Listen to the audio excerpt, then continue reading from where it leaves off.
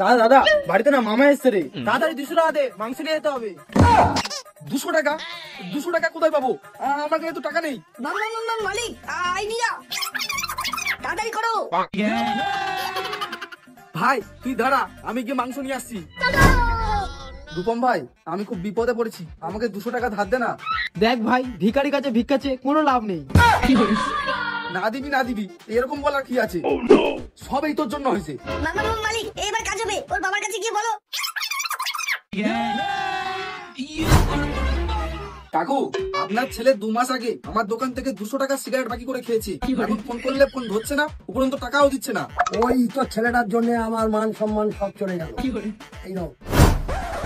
ঠিক আছে তুমি যাও, ওই ঢেমন বাচ্চাটা এলে ব্যবস্থা আমি করছি। ভাই ভাই এই নে 1 কেজি মাংস, কি রান্না কর, জমিয়ে খাবো।